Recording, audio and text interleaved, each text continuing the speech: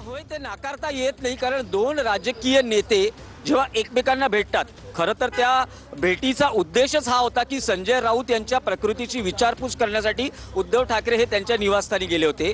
पण स्थानिक स्वराज्य संस्थांच्या निवडणुकीचं वातावरण आहे आणि त्यामुळे त्या ज्या राजकीय घडामोडी आहेत ते पाहता मनसे आणि शिवसेना युबीटीमध्ये जागा वाटपाच्या पहिल्याच भेटीत पेच निर्माण होणं आणि त्यावर संजय राऊत यांच्याशी मनसेच्या नेत्यांनी चर्चा करणं आणि हा पेच किंवा हा वाद ताणला जाऊ नये यासाठी कदाचित उद्धव ठाकरे हे राज ठाकरे यांच्या भेटीशी आले असावेत आणि कदाचित त्या अनुषंगानंच राज ठाकरे यांची उद्धव ठाकरे आणि राज ठाकरे यांच्यात बोलणी होत असावीत. आणि दुसरा मुद्दा असा आहे की राज ठाकरे यांनाही काही गोष्टी पटल्या नाही आहेत का, कारण राज ठाकरेंनी स्वतः जो पेच किंवा वाद या जागा वाटपाच्या पहिल्या भेटीनंतरच निर्माण झाला तो सोडवण्यासाठी संजय राऊत यांच्याकडे आपल्या पक्षाचे नेते पाठवणं. बघा, संजय राऊत हे सध्या प्रकृती अस्वास्थ्यामुळे राजकीय घडामोडी किंवा राजकीय चर्चा किंवा राजकीय पत्रकार परिषदांपासून लांब आहेत. 2 महिन्याचा त्यांनी ब्रेक घेतलेला आहे. असं असतानाही राज ठाकरे यांनी आपल्या पक्षाचे नेते संजय राऊत यांच्या घरी चर्चेला पाठवणं याचा अर्थ असा आहे की कदाचित हा पेच किंवा हा वाद मोठा असू शकतो आणि तो राज ठाकरेंना ही खात्री असावी की संजय राऊत आणि उद्धव ठाकरे यांच्या माध्यमातूनच हा पेच सोडवला जाऊ शकतो. त्यामुळे रविवारच्या भेटीत संजय राऊतांची बाळा नांदगावकर आणि नितीन सरदेसाई यांच्याशी काय चर्चा झाली, त्यात हा पेच सुटला नाहीये का आणि त्यामुळे उद्धव ठाकरे यांना राज ठाकरे यांच्याशी चर्चा करण्यासाठी शिवतीर्थावर यावं लागलंय का, असे अनेक अंदाज या निमित्तानं व्यक्त केले जाऊ शकतात. नक्कीच दिनेश, पुन्हा एकदा तुमच्याकडे येतोच. आपल्या प्रेक्षकांसाठी ही महत्त्वाची घडामोड आपण पुन्हा एकदा सांगूया. उद्धव ठाकरे राज ठाकरे यांच्या भेटीसाठी शिवतीर्थवर पोहोचलेले आहेत. जागा वाटपाच्या पेचावर या दोघांमध्ये चर्चा होतीये अशी माहिती खात्रीलायक सूत्रांच्या माध्यमातून मिळतेय. नांदगावकर आणि सरदेसाई यांना राज ठाकरे यांनी संजय राऊत यांच्या भेटीसाठी मागच्या रविवारी पाठवलं होतं आणि मध्यंतरी आपल्याला आठवत आहे अगदी 2 दिवसापूर्वी संजय राऊत आणि उद्धव ठाकरे यांची भेट, म्हणजे उद्धव ठाकरे यांनी संजय राऊतांची प्रकृतीची विचारपूस त्यांच्या घरी जाऊन केलेली होती. या सगळ्या घडामोडींच्या पार्श्वभूमीवर उद्धव ठाकरे हे राज ठाकरे यांच्या भेटीसाठी शिवतीर्थवर आले आहेत. दिनेश, पुन्हा एकदा तुमच्याकडे येतो. खरं तर मुंबई महानगरपालिकेची निवडणूक ठाकरे बंधू एकत्रितपणे लढणार हे आता जवळपास स्पष्ट झालंय. अधिकृत घोषणा जरी कदाचित निवडणुकीची घोषणा झाल्यानंतर केली जाईल असं सांगितलं जात असलं तरी एकत्र लढणार हे स्पष्ट झालंय. मात्र एकत्र लढताना कशा प्रकारे सामावून घेतलं जाईल, 227 जागांचा तिढा नेमका कसा सोडवला जाईल, कारण दोन्हीकडे इच्छुक असणार आहेत. त्यामुळे या सगळ्याचा बॅलन्स साधायचा आहे आणि तोच बॅलन्स साधण्यासाठी हे सगळे पेच सोडवण्यासाठी सुद्धा कदाचित सातत्यानं उद्धव ठाकरे आणि राज ठाकरे यांच्या भेटी होत होत्या का, हा आजची जी भेट आहे ती सुद्धा त्याचाच एक भाग म्हणावा का, की हे जागा वाटपाचा पेच अधिक ताणला जाऊ नये, लवकरात लवकर यावर तोडगा निघावा यासाठीच उद्धव ठाकरे थेट शिवतीर्थवर आले का?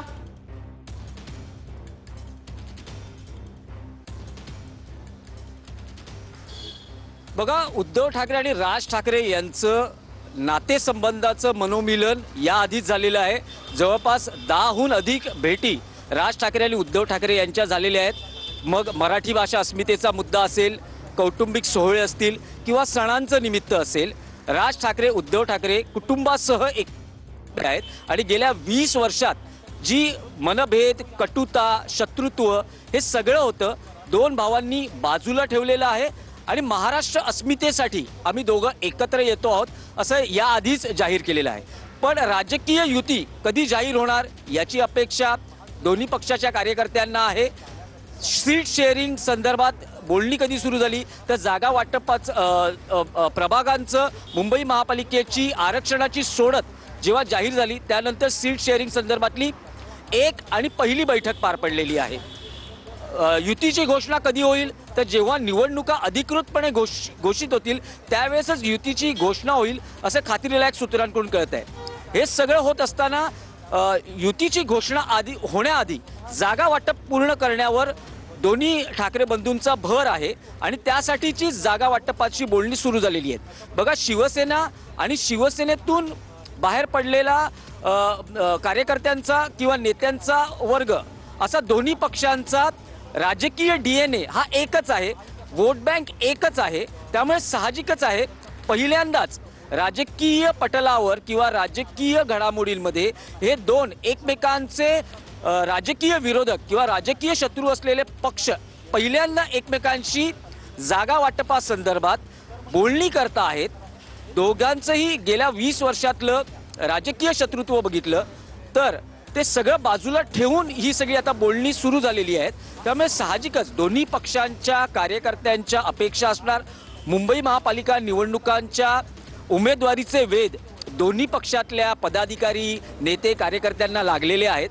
त्यामुळे सीट शेअरिंग कसं जास्तीत जास्त वाद होणार नाहीत, तुटेपर्यंत ताणलं जाणार नाही, हे सगळं लक्षात घेऊन हे सीट वाटप आणि दोन्ही पक्षांचा मतदार, दोन्ही पक्षांचे मुद्दे हे सगळे एकच आहेत. त्यामुळे त्यातून मार्ग काढताना इतक्या वर्षाचं शत्रुत्व बाजूला ठेवताना खूप संयमानं आणि पॉलिटिकल बॅलन्सिंग करून हे सीट शेअरिंग करावं लागणार आहे. त्यामुळे पहिल्यांदाच जर कुठचा जागा वाटपाचा पेच निर्माण झाला असेल तर तो तुटेपर्यंत ताणला जाऊ नये यासाठीच कदाचित उद्धव ठाकरे हे राज ठाकरे यांच्या भेटीशी आलेले आहेत. या दोघांनाही माहिती आहे की आपला समान शत्रू हा राष्ट्रीय पक्ष असलेला भाजप आहे. एकीकडे राष्ट्रीय पक्ष असलेला काँग्रेस मनसेला युती आघाडीमध्ये घ्यायला तयार नाही आहे. ठाकरे बंधूंनी ठरवलेलं आहे की दोन्ही पक्षांना, दोन्ही भावांना एकत्र निवडणूक लढवायची आहे. आणि जो प्रश्न उपस्थित केला जातोय महाराष्ट्रात ठाकरे ब्रँडच्या अस्तित्वावर, तो ब्रँड पुन्हा एकदा यांना जिवंत म्हणजे जो विधानसभा आणि लोकसभा निवडणुकीत विशेषतः विधानसभा निवडणुकीत ठाकरे ब्रँडच्या अस्तित्वावर प्रश्नचिन्ह निर्माण झालं होतं, तर हे अस्तित्वावरचं प्रश्नचिन्ह त्यांना मिटवायचं आहे. त्यांच्यासाठी मोठं आव्हान आहे. हे पाहता जागा वाटपाच्या बोलणीमध्ये फार ताणाताणी होऊ नये, मोठे वाद होऊ नयेत, तुटेपर्यंत ताणलं जाऊ नये, हे सगळं पाहणं दोन्ही पक्षाचे जे प्रमुख नेते आहेत त्यांची मुख्य जबाबदारी आहे. त्यामुळे खाली नेत्यांमध्ये जागा वाटपामध्ये बोलणी होताना जर काही वाद किंवा काही पेच निर्माण झाला असेल तर दोन बंधू हे सामंजस्याने ते सोडवतील अशी त्यांना खात्री आहे. आणि ह्याच भावनेनं कदाचित उद्धव ठाकरे राज ठाकरेंशी बोलणी करायला आले असावेत. मनसेची जी माफक अपेक्षा आहे की साधारण 75 ते 80 जागा मिळाव्यात, त्यातल्या 50 ते 55A+ असाव्यात आणि त्या कोणत्या कोणत्या आहेत याची यादी मनसेनं साधारण 2 महिने अभ्यास करून तयार केलेली आहे. आणि त्यातले बहुतांश वॉर्ड हे जिथे शिवसेना युबीटीचे आमदार आहेत तिथले वॉर्ड आहेत. आणि प्रत्येक विधानसभा म्हणजे 36 विधानसभांमध्ये एक जागा ही कंपल्सरी, आणि जिथे मनसेचेही आमदार, जिथे शिवसेने युबीटीचे आमदार आहेत तिथे किमान 2 ते 3 जागा मिळाव्यात अशी मनसेची आग्रही मागणी आहे. तर असे जागा वाटपातले अनेक मुद्दे आहेत. त्यामुळे कदाचित निर्माण झालेला जो पहिला पेच किंवा पहिला वाद आहे तो तुटेपर्यंत किंवा फार वाढू नये यासाठी हे दोन बंधू एकमेकांना भेटत असावेत असा एक प्राथमिक अंदाज व्यक्त केला जातो आहे. दिनेश, काही दिवसांपूर्वी संजय राऊतांनी एक संकेत दिलेले होते की ठाकरे बंधू जे आहेत ते मुंबई महापालिका धरून आणखीन 5 महापालिकांच्या निवडणुका एकत्रित लढवू शकतात, असे संकेत जे आहेत ते संजय राऊतांकडून देण्यात आलेले होते. ठाकरे बंधू यांची गेल्या काही दिवसांपासूनची जर वक्तव्य आपण पाहिली तर दोघांनी सुद्धा, उद्धव ठाकरे आणि राज ठाकरे यांनी मुंबई महानगरपालिकेवर पूर्णपणे कॉन्सन्ट्रेट केलं असल्याचं पाहायला मिळत आहे. राज ठाकरेंनी एका कार्यक्रमात गेल्या काही दिवसातच म्हटलेलं होतं की गाफील राहू नका, रात्र वैराची आणि ज्या प्रकारचं राजकारण सुरू आहे त्यामुळे लक्ष ठेवून राहा, आपल्या आजूबाजूला मतदार कोण आहेत ते ओळखा, ही महानगरपालिकेची निवडणूक शेवटची असेल, गाफील राहू नका असं आवाहन त्यांनी केलेलं होतं. आणि त्याच्यावर बावनकुळेंची अशी प्रतिक्रिया होती की इमोशनली मतं मागण्याचा हा प्रकार आहे असं म्हणत ठाकरे ब्रँड वगैरे काही नाही, मुंबईमध्ये जर पाहायला गेलं तर भाजपला मोठं यश मिळेल असा विश्वास बावनकुळेंनी व्यक्त केलेला होता.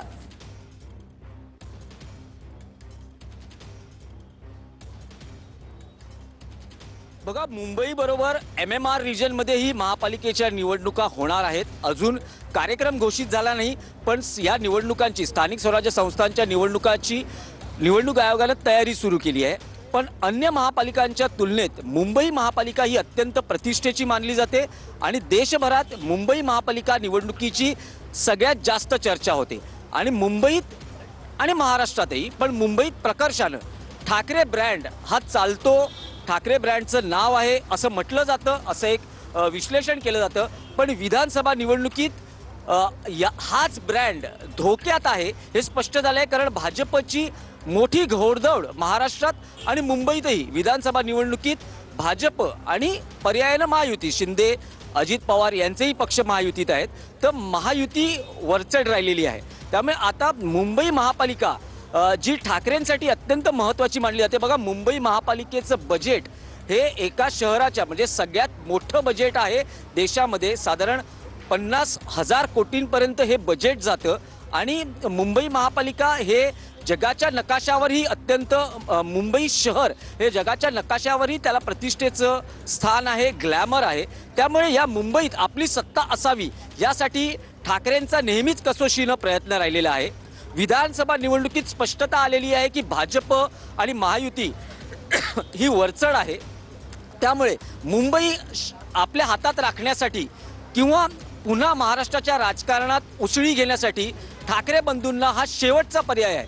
बघा, राज ठाकरेंची गेल्या 20 वर्षातली मनसेची कारकीर्द बघितली तर 2009 मध्ये लोकसभा निवडणुकीत त्यांना लाखाने त्यांच्या उमेदवारांनी मतं घेतली आणि त्यांना मोठं यश मिळालं. ते विधानसभेत 2009च्या 13 आमदार निवडून आले आणि त्यानंतर 2012ला ज्या महापालिका निवडणुका झाल्या, मुंबईत 27, पुण्यात सुद्धा 27 ते 28, नाशिकमध्ये त्यांचा महापौर अशी नगरसेवक संख्या ही निवडून आली त्यांची. पण 2014 नंतर त्यांच्या पक्षाला उतरती कळा लागलेली आहे. 2014 मध्ये 1 आमदार, 2019 मध्ये 1 आमदार, 2017 महापालिका निवडणुकीमध्ये 7 नगरसेवक आणि आता 2024 मध्ये 0 आमदार आणि पक्षाचा 0 नगरसेवक. कारण त्यांच्या पक्षाच्या नगरसेवकांनी पक्षांतर केलेलं आहे. त्यामुळे सर्वात जास्त कसोटी ही राज ठाकरेंच्या पक्षाची यासाठी आहे कारण त्यांच्या पक्षाच्या मान्यतेवरही प्रश्नचिन्ह निर्माण केलं जाणार आहे. कारण मतांचं प्रमाणही त्यांना त्या पद्धतीने राखायचं